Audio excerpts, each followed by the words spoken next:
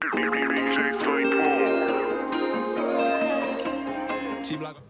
right, we're gonna start. What's up, TeleHmong viewers? This is your host Shovu from TeleHmong Podcast. Today I have a special guest. We got my good time old friend Derek Getzel, who is coaching right now over at McCoon's, Chris McCoon's gym in Brooklyn Park. So we're gonna talk to Derek. If you guys don't know who Derek is, he is actually a champion in the FXC, right? CFX. CFX. Yeah. CFX Cage Fighting Organization. Yep. So Yep.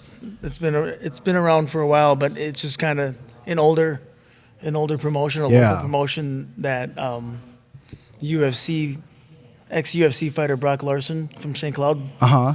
He put it together. Oh, okay. So he's the one. Yep. He's basically the one, and he was able to put together some awesome shows. Wow. Nice. Yep. Well, I wanted to ask you if we could start over again. Tell us about how you got started in MMA. Okay. So basically after high school, I got into Muay Thai and MMA. Yeah. I started training with ex-UFC middleweight champion Dave Manet Yeah. in this little tiny gym in Champlin, just randomly. Me and a couple of my buddies went there. We really didn't even know who he was or anything. Right. You know? And yeah. Not until we realized we got his name, and also we were like, dude, this guy was the UFC champ in 1991. Yeah. That's how I knew him. Yeah. Because I was watching the UFC from 1991. Right. And I remember hearing Damon Nate from Minnesota. Yeah. I had no clue he was from Minnesota. No, I honestly didn't either, because I remember watching a couple of his fights, but I didn't put two to two together. You know? It's just funny. Wow. So just randomly happened to train there. Trained with him for a couple of years. Yeah. And then he wound up getting diagnosed with Lyme disease. So then he wound up moving to Thailand after that. Oh, really? Shortly after that, like around, I'd say 2009. Okay. Something like that. Yeah. So after that, I was just looking for a gym, and I found this place. I found McCoon's Martial Arts here in Brooklyn Park, and I met Chris McCoon, and then it's been a roller coaster ever since. It's been awesome. So getting into the amateur circuit here in Minnesota around like 2009. Won an amateur title here through Brutal. Brutal? Yep. Okay, I remember them. Those brutal days. Yeah, I remember. If you ever, if you were, around back then, probably, late 2010, 2011, 2009, or something like that, the fights at the Myth nightclub in Maplewood were a good time, for sure. Yeah, They I were a remember great them. time. But turned pro, and I wound up getting right into, they called it a Crucible tournament. It was an 8-man tournament. Yeah. And it had people from kind of all over the place. A couple honorable mentions: Johnny Hollywood Case out of Iowa, UFC vet, and fighting in Japan. Okay. And stuff. He's still active. And Mike the Marine Richmond, who just won.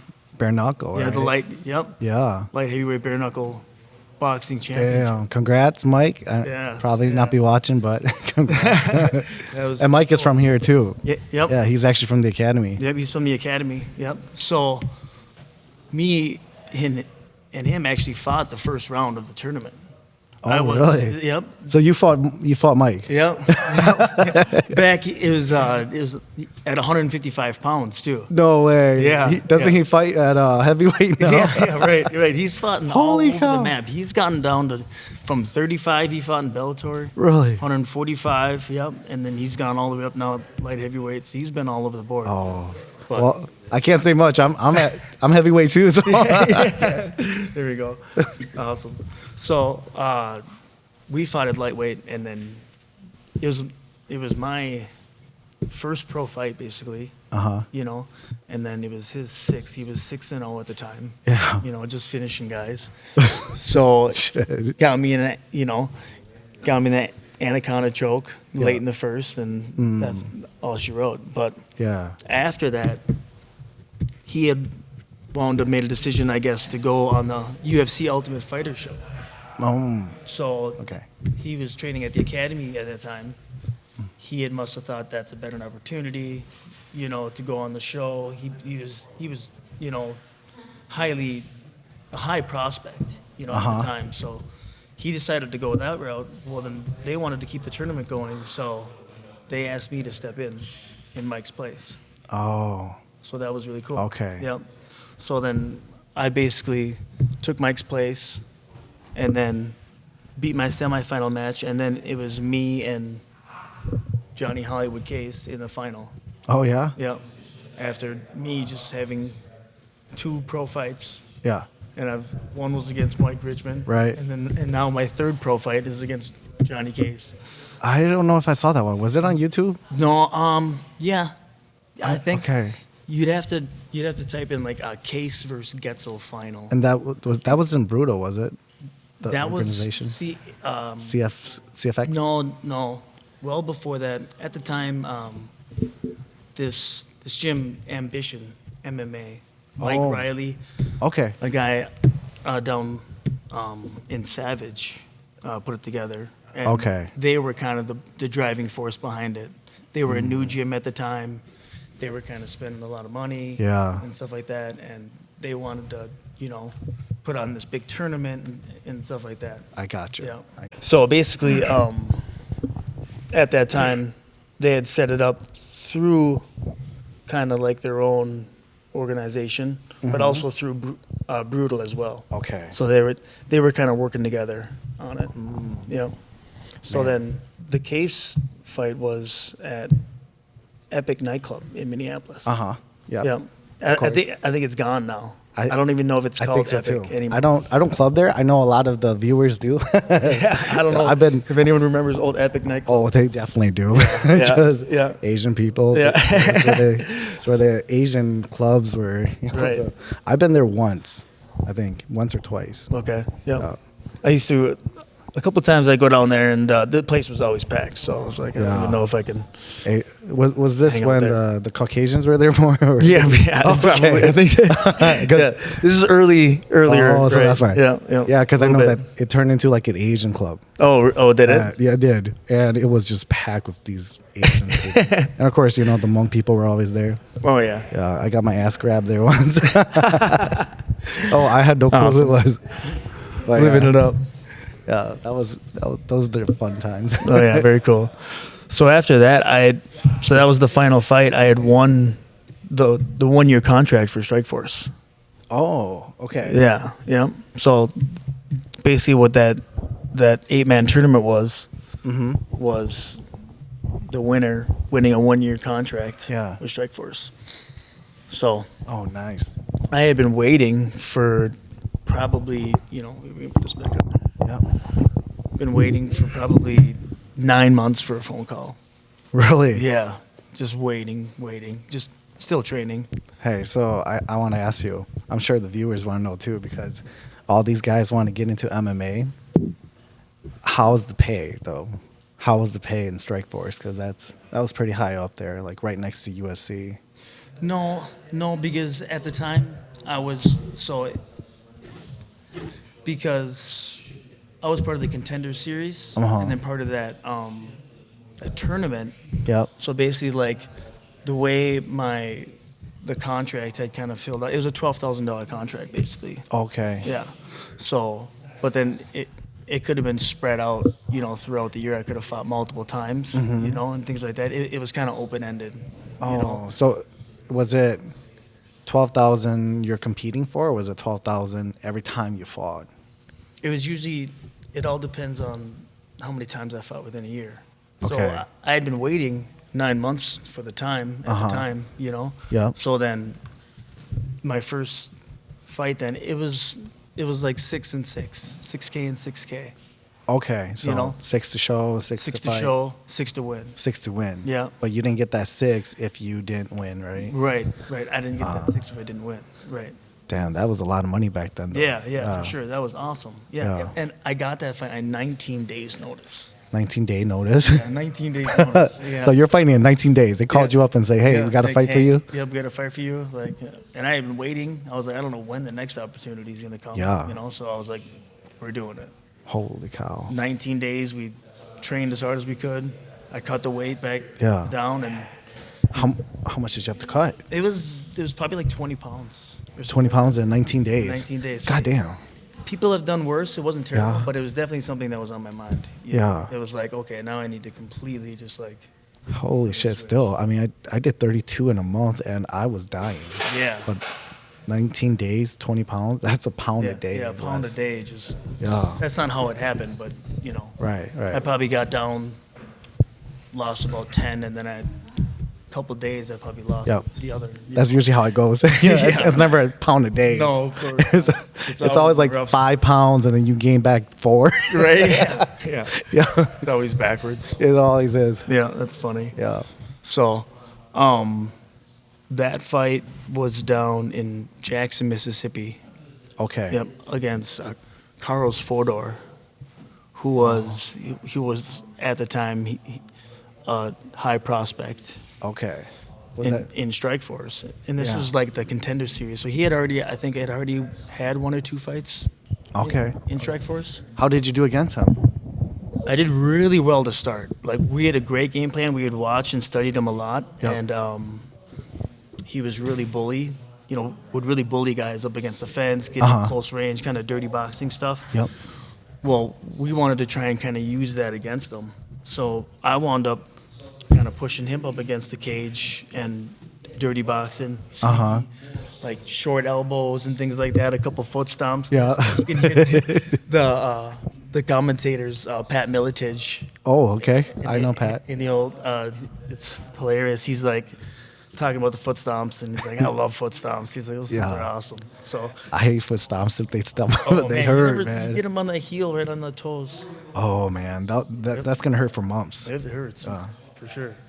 So, good control there. He wound up taking me down, and then I wound up getting caught in an anaconda choke.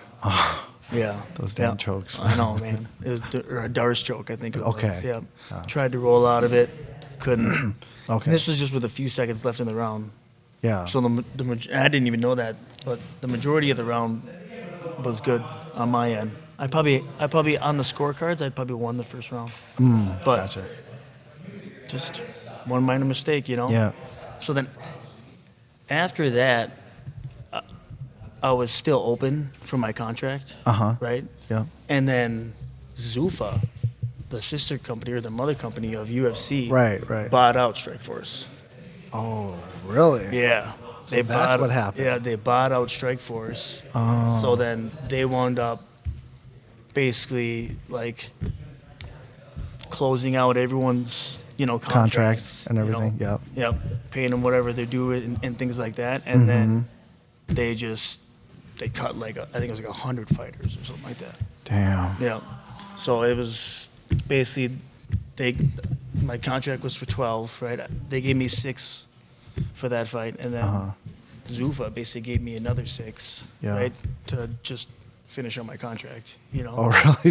They're just like, okay, like here's 6. here you Be go. happy. Okay, bye. That fucking Yes. sucks. Yeah. So that after that, I came back and I fought locally Okay. a few times. Yeah. Tried to come back. Went out to Las Vegas. Tried out the UFC. The trials. Yeah, the Which- fighter which- TV show. Which Yeah. trials was that? What season was that? It was a lightweight show. I want to say it was like Well, what year was it? I might be able to figure it out. here. It was probably 2015. 2015, something like that. You said you went to I want to say New York or 2000 Vegas. Vegas? Yeah. Okay. Yeah, 2016. That maybe? might have been Might have been like season 46. It was a long time ago. it is. Lightweight season. It was supposed to be a welterweight season too, Okay. but there wasn't enough welterweights, I guess, that showed up. That's weird. I know, super. There's weird. a huge amount of welterweights. Yeah, that would never happen again, obviously. But the lightweights, there was 225, I think that, and then they were taking the top 25 or whatever it was. So made it through the grappling, striking, and then there was like an interview process, basically. So, walk us through it. So you went to the fights, and then you guys did the tryouts. Like, did you grapple with someone, compete against them? Yeah, it was kind of funny. So it was at a hotel basically Uh huh. in Vegas, and we all get piled into this room, and there's this line of guys. Yeah, I would And, assume. Yeah. and all sorts of characters too. There's guys they got suits on. There's guys that got like Grapple- what? huge costumes on and stuff like that. That is yeah, crazy. it was like most of everyone had, gym stuff. It was just kind of in regular clothes, but Okay. some people really tried to, get noticed. Yeah. Kind of for the TV aspect. And that's what I heard too, is that they want the ratings, so they want you to do stuff like that. They're kind of looking for, I mean, they want good fighters and things like that, but also they want to see. A showsman person. Right, exactly. Yeah. Yeah. Not just someone that's just kind of gonna, go by the book, Uh huh. but someone that's just gonna be like out of the box a little bit. Yeah. You know, Because that puts on the show for them. Yeah. Yeah. That's what someone that'll like, ruffle some feathers and stuff like that. that's what I was told by my instructor, because they tried out too. Oh, okay. Yeah. And Yeah. they weren't they made it to the interview. I don't know if you made it to the interview. You did? Mm-hmm. And tell us about the interview. So basically, they just kind of wanted to, talk about where I was from and things like that, my training and all that stuff. And Okay. I was probably maybe just a little too, plain. Oh. Maybe I just kind of just told it how it was and Yeah. things like that. I was kind of nervous, I was like, Oh yeah. this freaking, and I was all sweaty too. It just after, The grappling? yeah, the grappling, and then after that you do a striking. Okay. So then Do you do it with someone else? Like you compete they with? have people there with pads. Oh. So then basically, like, you start, they're like 1, 2 kicks, bang, bang, and Yep. like they call your name and you go running out there and you hit pads for like 30 seconds to a minute. Oh, okay. So they can And see. then, yep, and then you go stand there and then you wait. And then if they call your name, Yep. and then you keep going. It's like, And what about the grappling one? Did you grapple against someone? yeah, the grappling was funny. So my nickname is the Pretzel, right? And Yeah, they I had- heard. They had paired me up with someone called the Hedgehog. So, well, yeah, same kind of scenario, like a big, huge mat space, and then we were all just on the edge. And then there was Dana White was sitting there, and Uriah Hall. was Uriah sitting Hall. there, yep, Okay. Uriah Hall, and then Uriah Hall's the black guy, right? yeah, Big black guy. yeah, Yeah. the big guy, the one UFC that fighter. with the spinning Yeah. KOs. So this was after that, Oh, shortly okay. after that. Okay. Whatever year that was, I'm not sure. But so then they were all sitting there at like a table, longer than this, and Mm-hmm. they're all sitting there just watching. They all have their profiles, Okay. and everything. And then over the mic, they just call your name, like John, the blah blah blah The press- versus, and then the two guys came out there, and then there was a timer set for I think 5 minutes, Yeah. and you just let it rip basically, and then Oh. basically there's 4 or 5 guys watching you, Yeah. and then afterwards you get done and you sit there and you wait, and then you watch everyone else go and everyone's cheering and getting all loud and stuff. There's a couple crazy submissions and stuff. Yeah. It's actually pretty, it's a fun atmosphere. Okay. But then when everyone's done, you sit and you wait, and they call your name, and then you move on to striking. I see. Yeah. Yep. So then they called you up. They called Derek Pretzel. Yeah, Getzel. the Pretzel Getzel, and then, And then, it was like Jason the Hedgehog Anderson. So it was, That is funny as hell. Everyone started laughing. It was I good. would too. It was good. They probably did that on purpose. Were you embarrassed to go out at all? I was kind of I like my name because like it is a name that I had since I was like a kid. Like I didn't get it from fighting. It was like my name. Well, it makes sense because Yeah. I've grappled with you, and you're freaking linky, man. You're really linky. So the nickname fits. Hell yeah, it does. So Yeah, I was my nickname was Son in MMA. okay. Yeah, so, but this is because they never got my first name right. They always had it wrong. My first name was Shua, but it was spelled Suour, and they always butchered it. Oh, So I just okay. said, just call me Son. Call you Shore. Yeah, there's been worse. One guy called me Suour in the ring. In the cage. Suour Vu. Ouch. Yeah, Ouch. it's pretty bad. So, yeah, I could feel that. that's nicknames help. Yeah, yeah, I hear that. Yeah. Definitely.